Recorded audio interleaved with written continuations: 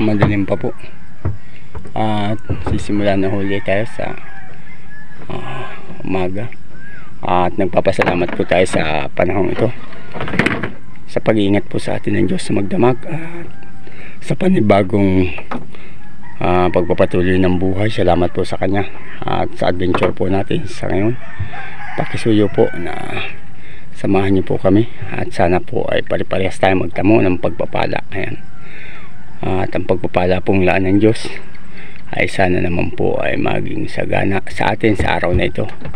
At palis na po kami ngayon sa aming barangay. O yan, may ilaw po siya. Ang time check po natin ay 4:30, 4:32 na po. At update na lang po namin kayo pagdating namin sa laot. Yan, madilim pa po.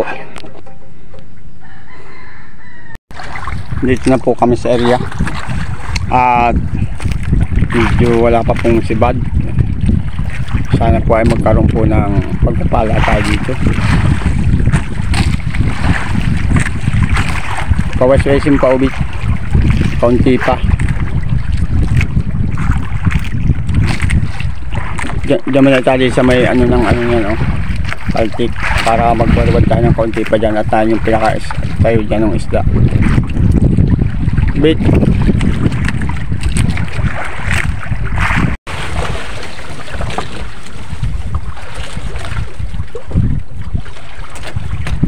Magkabig-kabig pa pala yung konti, pero sentro-sentro din tayo, pero dapat din sa taas na.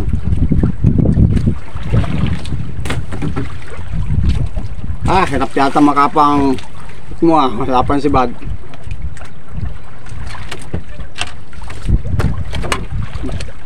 Walang po tunong.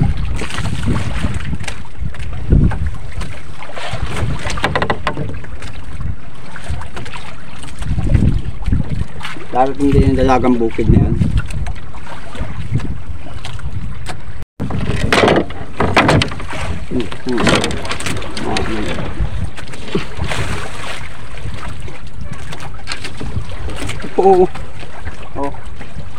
Lunes, Martes, Merkulis, nakawit ng pungwilis.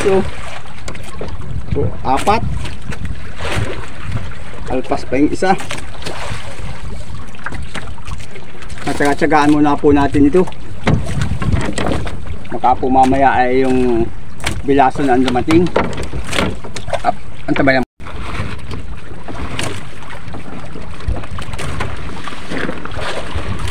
Ang labahita na yan.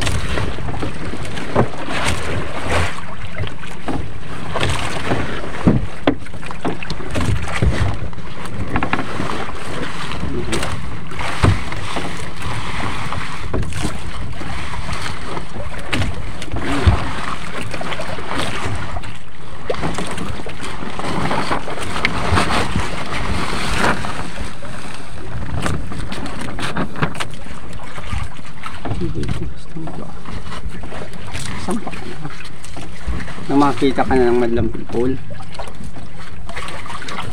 Medyo lumalaban pa po. Talagang ano po yung galaw ngayon ng isda. Parang medyo magibat-gibat. Maliit lang po siya pero hindi agad sinasama.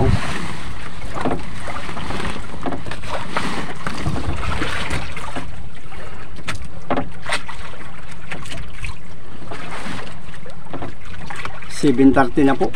Kung mayroon pa lang pong natin ito. May size na isda.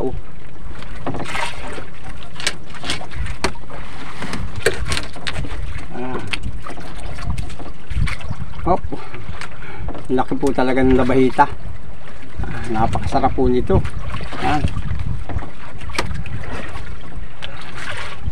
Ang bili ko sa amin ng amo namin ito ay 120 ang kilo. Napaka hirap na isdang hulihin, napakasarap. Ganyan lang yung presyo.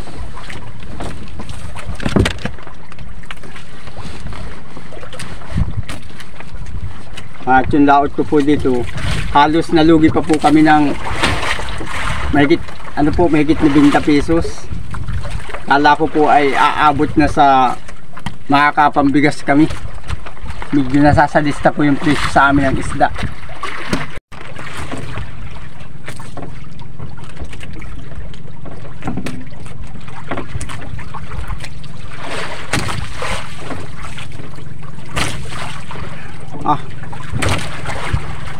Sibad na naman po tayo. Sana naman ay makabawi-bawi kami nung huli po namin laot.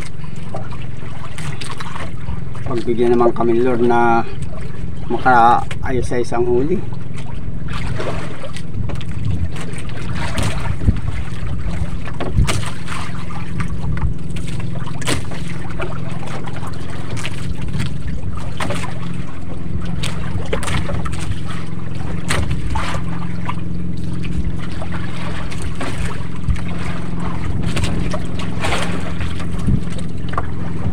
Iba ang galaw ng isda ngayon. Gawa siguro sa anong agos, kakaiba yung agos ay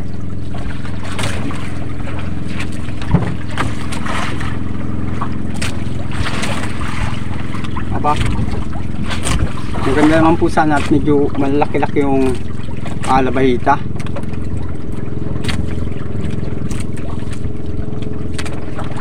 Uy, talagang maano siyang gumalaw.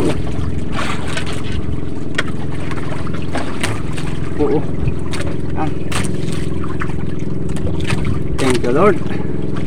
Pangalawang blessing na po sa akin. Thank you. Up. Ayan ka. At yung pong kasama natin nakahuli rin. Yun. Yan po. Napakagandang pong isda. Panregalo po niya daw din sa asawa niya.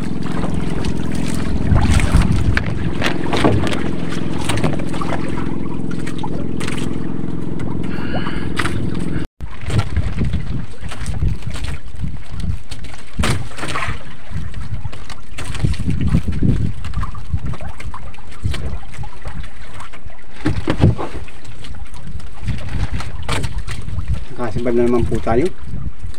Medyo madalang talagang isda. At baka po sa susunod magtura-tura naman kami.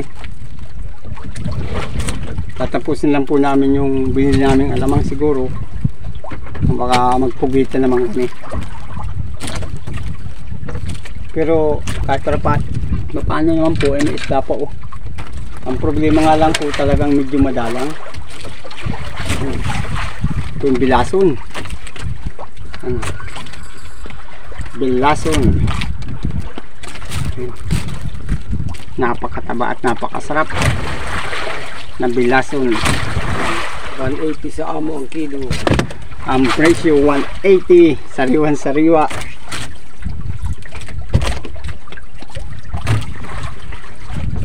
Tabay lang po tayo, sana may kasunod pa siya.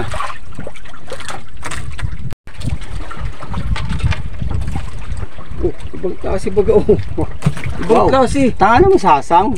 Ngayon ako nakaano ng ganitong Pargo yan. Ha? Pargo. Yan. Pargo ang tawag dito. Tutok mo sa lapit sa kanyero. May sungay sa pisngi. Oh. Ibang klase, may sungay sa pisngi.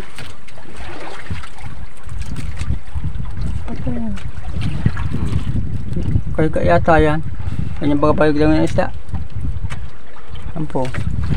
Yun. Ibang klase. Pisngi. Ibang klase pong isda. Oh. Ibang klase.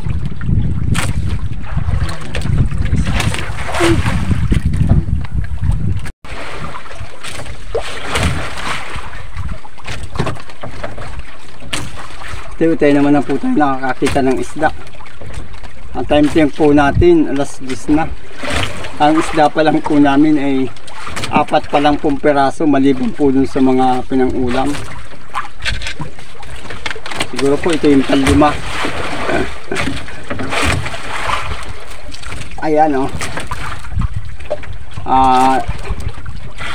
Bilasan pong maliit. Pero good size naman na po. Halos 4 fingers na rin po siya oh. Pero baka bayaran po kami nito 100 ang amo namin.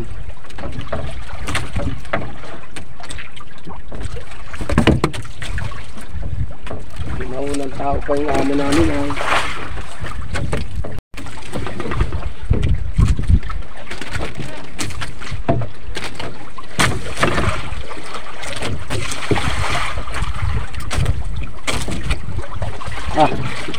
Maladagdagan naman po yung ating huli. Salamat pag ito po yung nahuli. At medyo ano po talaga yung isda, iba po yung galaw. Palibasa po siguro yung Mayo, mga nangingitlog yung isda. Kaya ramdam nila yung ano, yung makasurvive din sila. Na makapagparami siguro din ng lahi. Yan, yan po, talagang siguro naunawaan yung sahi kung makapagparami ng lahi. Namumursa po. Apo medyo dadandahan ko at Kasid po nila. sana naman po mahuli po natin ito.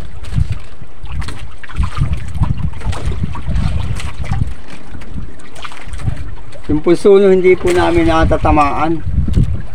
Nag-ano rin po yung suno, nakikialam din.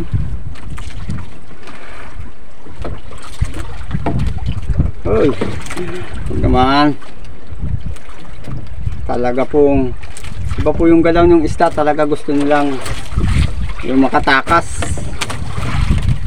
Yan, malaban po talaga yung isda, pero ang liliit ng puntong isdang ito. Yan po ito ganong kalalakihan.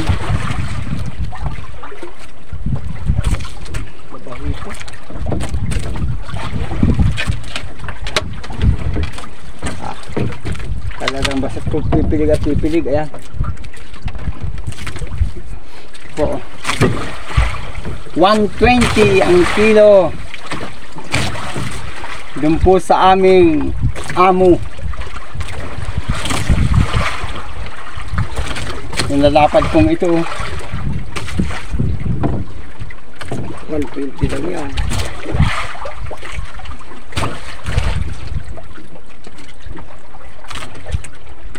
Hindi ko na nga tinimbang yung mga gapalad. Nasa po, talaga pong takip po yung kahit po ibuka po halos yung kamay, saka lang po makikita. Nalapad talaga niya. First class na po yung ganyan. Ganyan labahita. Yan po sa sugod, dati po niyan binibili ng 200 ang kilo. Yan po sa Paracali sa bayan, maabot ng pong 120. Tabay lang po tayo at sana po madagdagan. Wala na yung isa. Masayang po nung isa, dalawa sana. Huli natin pilot. Yan po yung sibad na naman ng aking kapatid. At may ginagawa lang po ako, kaya siguro hindi pa ako makakasibad ay. Tuloy-tuloy sana ang blessing at nang tayo po ay makapang budget. Labaitan naman po, medyo maliit-liit lang siya. Bukid naman po yung huli.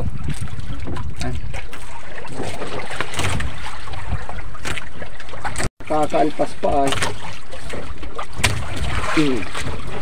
Dapat talaga gagan. Sayang.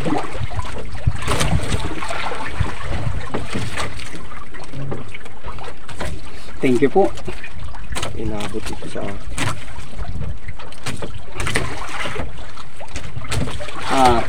Meron naman po tayong blessing. Itong ano ko yata, pansilbungin. Yung mo na ilagay, yung pansilbungin mo. Sama, bilang yung kapig. Yan, yan. Sayang yung banting. Yan, laki.